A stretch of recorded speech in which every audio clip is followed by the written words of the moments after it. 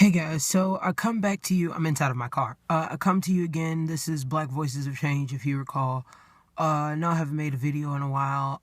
Started a new job. Things kind of got lost, and I don't really have a lot of free time anymore, but I'm going to get back to this because this is important to me. So, I come to you today speaking to you. I'm going to try to lose some of the ums in these videos and speak clearly and let you know exactly why I'm here. We are here today to talk about some of the things wrong in the Black community, because so many people put what's wrong in this community on us, and I can't fully put it on our oppression. It is partially our own fault, but I will show you how it also ties into the oppression of our race. Here I go again. The Black community is so full of great minds, and all it takes is for us to think a little clearly. We need to come together as a community to empower our children, especially because, as they say, our youth is our future. We have not been educated properly. In schools, they teach us things that will not really help us in the real world, and they trick you into believing so. Mathematics, of course, you need mathematics. English, everyone needs to learn the English language. But a very key thing that they fail to teach us in history class is the real history of this country. This is the only country, or I won't say the only country, but this is one of the countries that has truly profited from the genocide of one race, the Native Americans, or the original people of this country, and African Americans, or Afrikaans. And as they would like to trick you into believing that there were slave trades and Black men were selling their own people, and this is you guys' fault, and you should be upset with your own people and all of that, they try to teach you that like that's the best, way to go about it. Push the blame back on our people, and that's incorrect. Excuse me. We did indeed have to go through slave traders, and I will not say that there were very many African slave traders, but the few that there were, I believe, were forced into slave trade. It's kind of like if you put a gun to a man's head and tell him choose between selling off all of his cousins and all of his family members that are extended family to keep his wife and his children. Well, I think any man in that situation, any woman in that situation would probably do the same thing. You dispose of those who you may not have as strong of an emotional or physical or anything connection to, as opposed to those that you've raised on your own. Those are your children. You're going to defend your family at the end of the day. Another issue that I have with our history lessons in school is especially that they teach you about so many of the peaceful protesters of civil rights. Martin Luther King he has his own day, of course. He's one of the most important pillars or standpoints in the civil rights movement. So is Rosa Parks.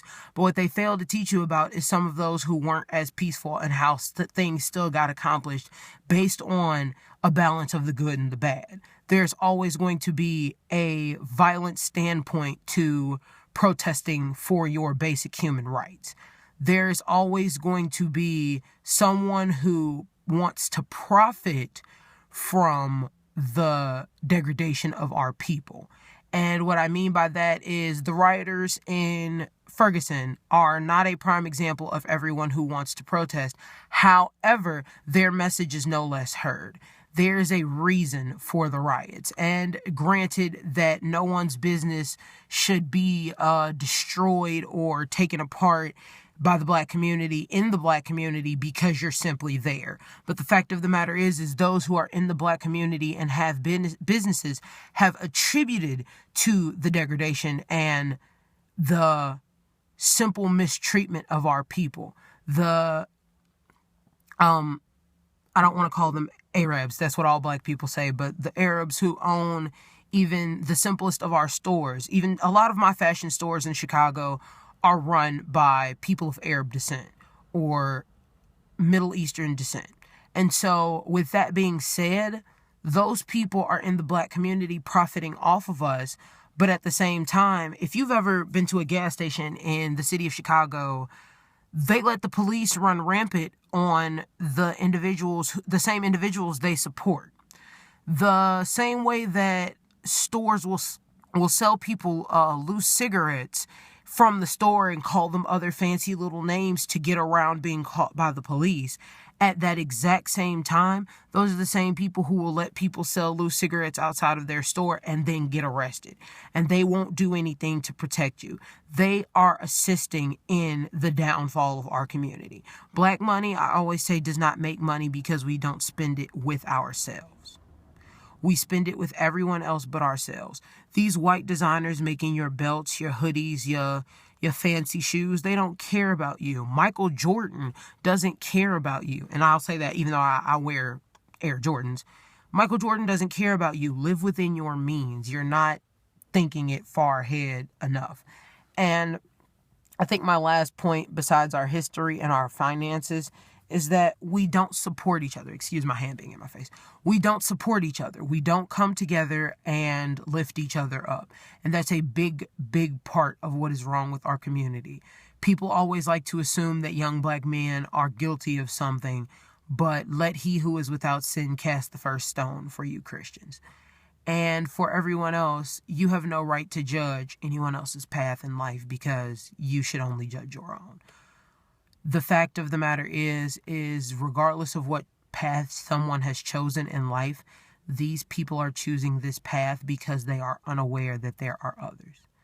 They just cut financial aid for students who really need money for college. I'm one of those students. Now, how do I return to school? It's made to keep you ignorant. The system is made to keep you ignorant. It is all about not educating yourselves. And as they always say, if you put it in a book, a black person will never know it, or a black man will never read it. That's the truth, because you all won't pick up a book and read it and learn about yourselves.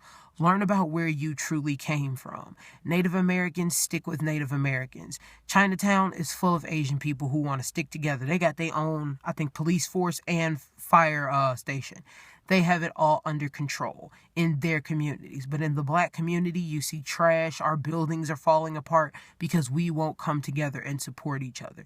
Once upon a time, black unity was a thing. We need to come back together. We need to gain our mindset to be the same way that everyone else is. And I don't mean that in assimilating to their cultures. I mean keeping our culture alive and well and supporting each other so that we can do what is necessary to rebuild the black community. Thank you. There will be another video later on. I hope everyone enjoys this video. Like and subscribe, please. I would like it if you would share this video with other people. We need to come together as a community. It is time to make a difference in our lives and the lives of our children in the future. Thank you.